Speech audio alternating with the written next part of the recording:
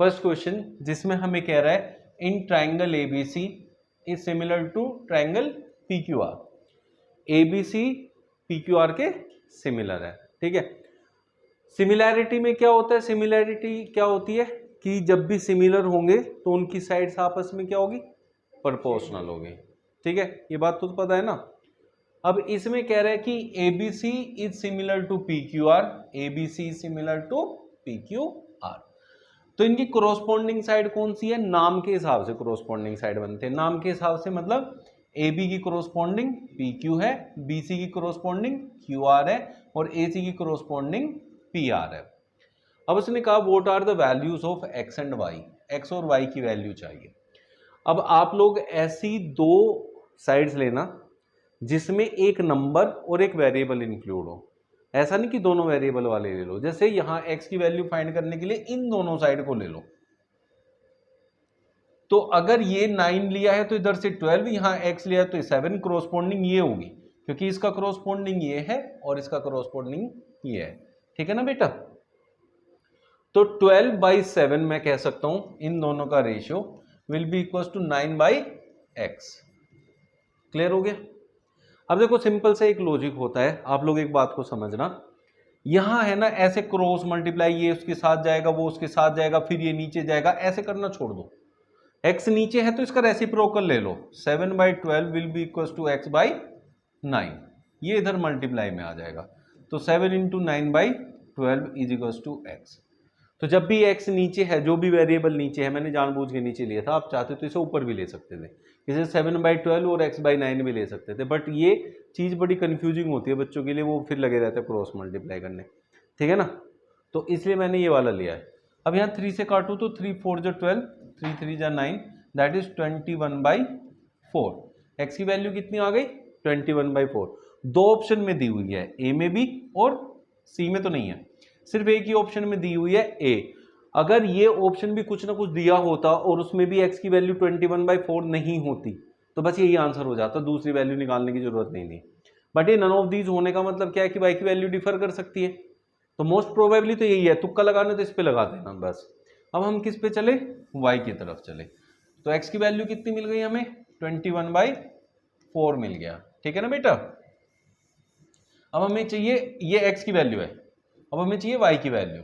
y की value के लिए इन दोनों का रिलेशन ले लूं तो यहां से इन दोनों को लेना पड़ेगा। तो it means 12/10 equals to 9/y। फिर वही दिक्कत आ रही है y के, y अपोन में जा रहा है। आप लोगों ने इस चीज को अवॉइड करना है, क्या करना है, 10/12 will be equals to y/9, ठीक है ना। 3 4 जो 12, 3 3 जा 9, ये उधर जाएगा 10 और 2 से भी काटो, 2 5 जा 10, 2 2 जा 4, 5 3 जा 15/2, दैट इज y। देखो x की वैल्यू भी मैच कर गई और y की वैल्यू भी मैच कर गई, तो ऑप्शन ए आपका करेक्ट आंसर हो जाएगा, ठीक है। तो क्या करना था, मेन चीज क्या थी, मेन चीज ये थी कि अगर ये ऑप्शन भी दिया होता और x की वैल्यू सिर्फ एक ऑप्शन में मैच करती तो दूसरा ऑप्शन नहीं फाइंड करते, MCQ जब फाइंड आउट करना है। लेकिन अगर ये क्वेश्चन 2 नंबर या 3 नंबर में आता है जिसमें दोनों की वैल्यू फाइंड करनी है, x की भी और y की भी, तब आप क्या करोगे भाई, तब फिर आपने दोनों वैल्यू को निकालना ही पड़ेगा। समझ में आ गया, MCQ में कर सकते हो ऐसे। वीर क्लियर हो गया।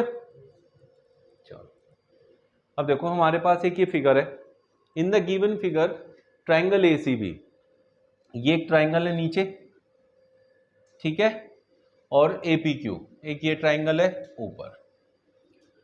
उसने कहा ये दोनों सिमिलर है, ये वाला इसके सिमिलर है, ठीक है। अब यहां ना कई बार ये आप लोगों को समझ में नहीं आएगा, इसका कोरोस्पोंडिंग किसको लूं, इसको लूं कि इसको लूं, ऐसे कंफ्यूजन होता है। तो उसके लिए क्या करना है, आप लोगों ने ऊपर क्वेश्चन देखना है। उसने कहा triangle ACB similar to triangle APQ।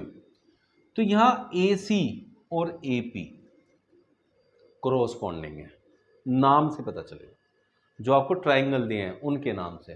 तो AC कौन सा लेना है बेटा, AC, this one is corresponding to AP, this one.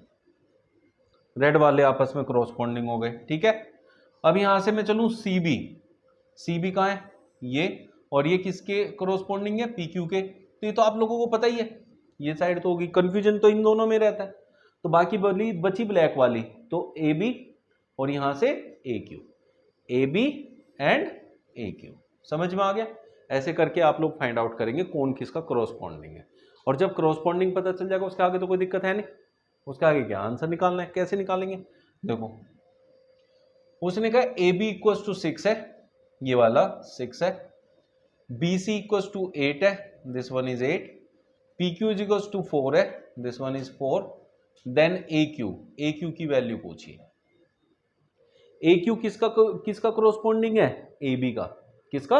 A B का। ए बी का क्रॉसपॉन्डिंग ए क्यू है, तो मैं ए क्यू को ऊपर ले लेता हूं, जो मुझे फाइंड करना है उसका क्रॉसपॉन्डिंग ए बी है, उसको नीचे ले लेता हूं, इक्वल्स टू।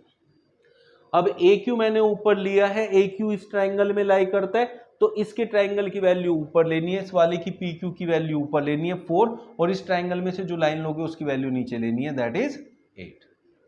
क्लियर हो गया? समझ में आ रहा है? इसको इधर मल्टीप्लाई करना है, तो A Q is equal to 4 into 6 by 8, 4 2 जा 8, 2 3 जा 6, तो ए क्यू की वैल्यू कितनी आ गई? 3 आ गई। तो आंसर हो गया ऑप्शन सी।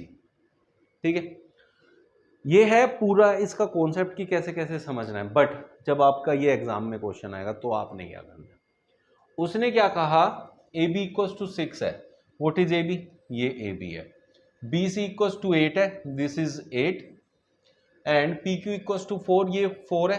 तो बेटा ये 8 है तो ये 4 है, इसका मतलब इसका हाफ है, ये 6 है तो फिर ये इधर 3 होगा। अगर इसका हाफ उस ट्रायंगल में है तो हर एक वैल्यू उसी प्रोपोर्शन में होगी, तो ये 6 दे रखा तो वो 3 होगा। ऑटोमेटिकली ऑप्शन से सीधा लगाओ, 3 पे टिक कर दो, विद इन सेकेंड आंसर आ जाएगा, सोल्व करना नहीं कुछ भी। समझ में आ गया? तो डायरेक्ट आप ये देखो कौन किसके टेबल में आ रहा है, कितना टाइम्स आ रहा है, बस उतना ही आंसर होता है। बाकी प्रोसेस ही है उसको करने का। कुछ पूछना है तो आपने क्या करना है, सीधा ये देखना है कि भाई ये 8 था तो ये 4 था, इसका क्रॉसपॉन्डिंग, ये 8 है तो ये 4 है, तो ये 6 है, बड़े वाला 6 है तो छोटे वाला कितना होगा? 3, और अगर छोटे वाला 6 होता तो बड़े वाला कितना होता? 12, फिर वो डबल होता। ठीक है, तो ऐसे करके आप विद इन सेकेंड आंसर दे देना। If triangle ABC similar to triangle DEF, अपने आप से दो ट्राइंगल बना लेते हैं। उसने कहा एबीसी है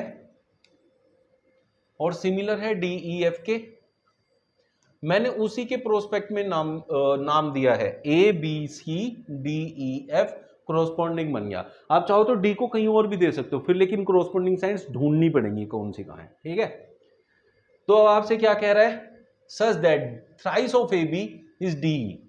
जो डी है वो ए बी का 3 टाइम्स है। ए बी का कितना टाइम्स है? तो अगर ये 1 होगा तो ये 3 होगा, सिंपल सा। 3 टाइम्स का मतलब तो यही होता है ना। अब उसने कहा है कि BC आपका 9 है, तो इसका अगर इस साइड का ये 3 टाइम्स है तो इस साइड का ये 3 टाइम्स होगा। तो अगर ये 9 है तो ये कितना होगा? 27। 9 3 जा 27, तो ऑप्शन ए आपका आंसर हो जाएगा। बस सिंपल इस तरीके से आपने आंसर देना है।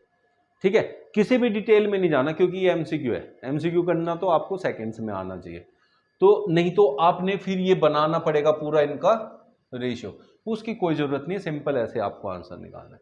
बस आपको देखना छोटा ट्रायंगल कौन है, बड़ा ट्रायंगल कौन है। छोटा ट्रायंगल यहां कौन है? DAB वाला, क्योंकि DE AB का 3 टाइम्स है, तो AB तो छोटा हुआ ना फिर, तो AB छोटा है। AB की वैल्यू अगर AB वाले में से कोई भी वैल्यू दे रखी है तो DE वाले ट्रायंगल की उसकी कोरोस्पोंडिंग वैल्यू हमेशा उसका 3 टाइम्स आ जाएगी। बस